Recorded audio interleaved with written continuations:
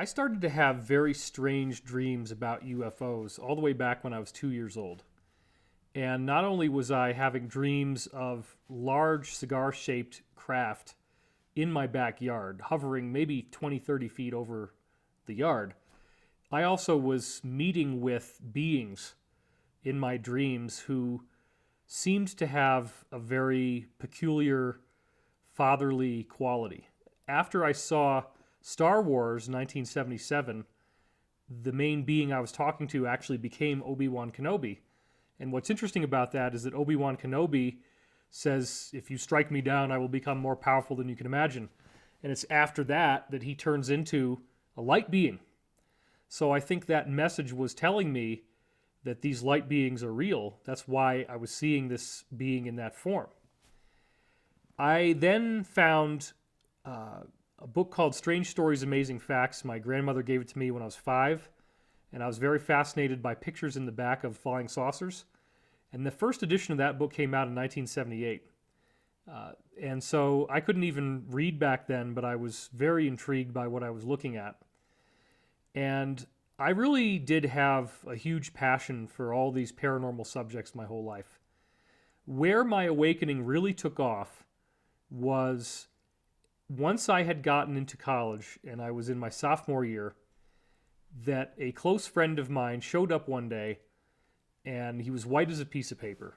He literally was in a traumatized state of consciousness, and he proceeded to tell me that his college physics professor was the head of the department and that this man had worked for NASA through the 1970s at the higher echelons, and that everybody in the higher echelons of NASA was well aware that extraterrestrials were real, that they had come here, they had landed on Earth, that we had recovered technology from their ships, and that much of our modern advancements were a direct result of this cosmic inheritance.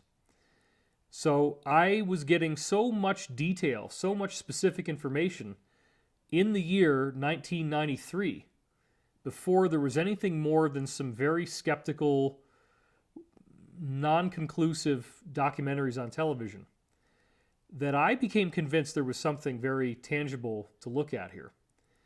Specifically, he said that fiber optic cables came from UFOs, LED lights, Kevlar bulletproof vest material, Teflon, which is in so many things. Engines are all coated with Teflon on the inside.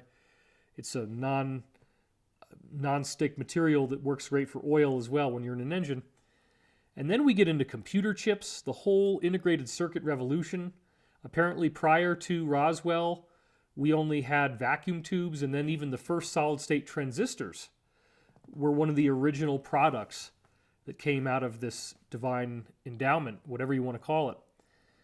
So this information also included how the ship got up to light speed. He said that the ship was a disk, and it would shoot out, it had an emitter that could go in any direction around the circumference, and it would shoot out a particle going 3/4 the speed of light, and then another particle would go out at the speed of light and bounce off of the first one, kick it, and then kick back and hit the edge of the ship. And if you do that trillions of times per second, or however many there are, it will actually accelerate the ship to near light speed.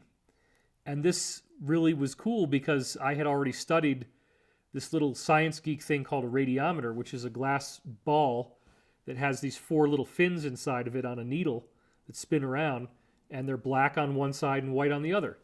And when you read the thing, what you find out is that the black actually attracts electrons inside and photons. It actually, the bouncing of the electrons against the black causes it to spin. So I knew that it was possible to create movement through just particle interaction. Then we also heard that there were 3 main types of beings that had been found in these craft, and that's all I had back then. That there was a small type that was like the gray, so they were aware of grays all the way back in the 1970s, and of course you see them in Close Encounters, which was in the 1970s. Then they had a smaller gray where he said that the head was a helmet, and you could remove the helmet, and that underneath was a monstrosity.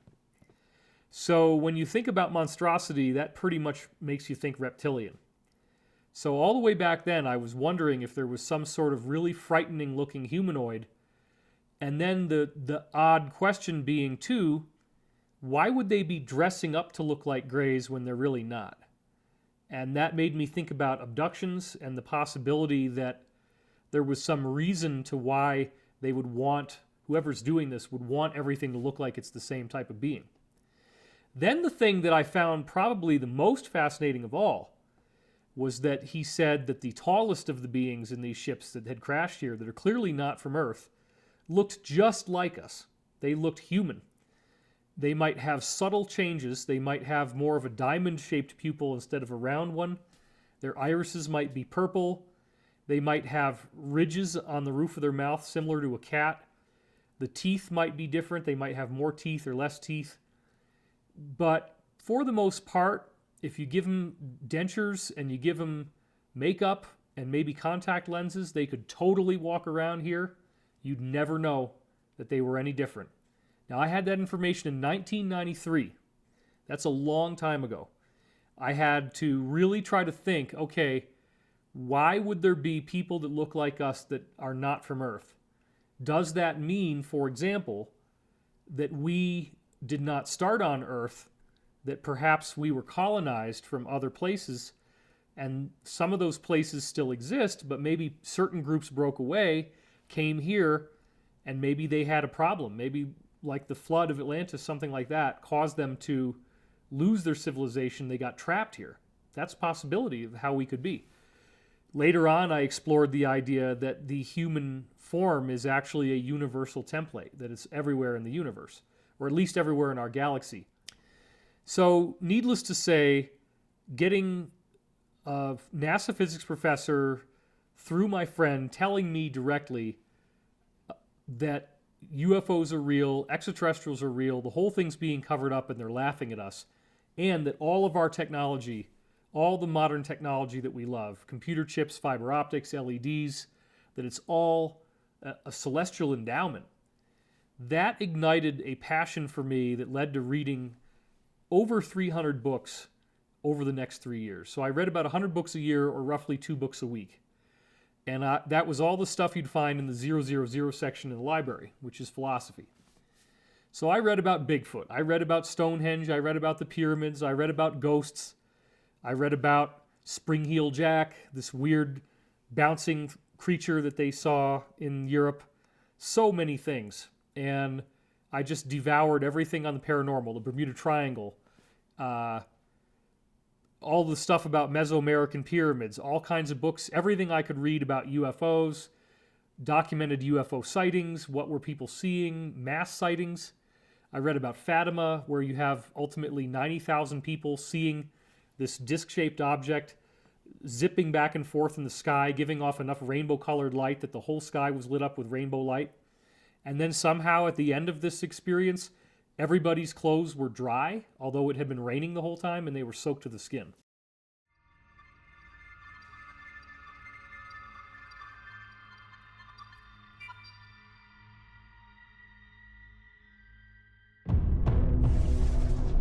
Our differences worldwide would vanish if we were facing an alien threat from outside this world.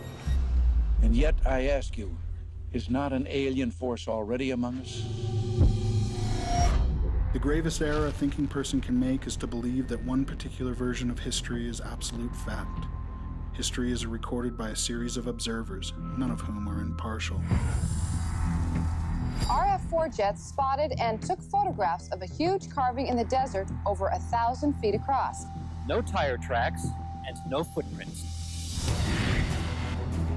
The Germans had a settlement on the moon, they had a settlement on Mars, and they were doing this as early as 1939. Between the age of 16 and 17 years old, I was transported to the moon, and after 20 years, I was age regressed back in time and then returned to civilian life. Extraterrestrial spacecraft have appeared over nuclear missile installations and have completely powered them down. We put together programs that went all the way out into the galaxy, not just this galaxy. According to some estimates, we cannot track $2.3 trillion in transactions. This money is going into underground military bases and secret space programs with technology far beyond what many of us could even realize. Everything we learn is designed to program our minds away from the truth. This film is the red pill that wakes you up to what's really going on in the world. And at some point, this is all going to break open.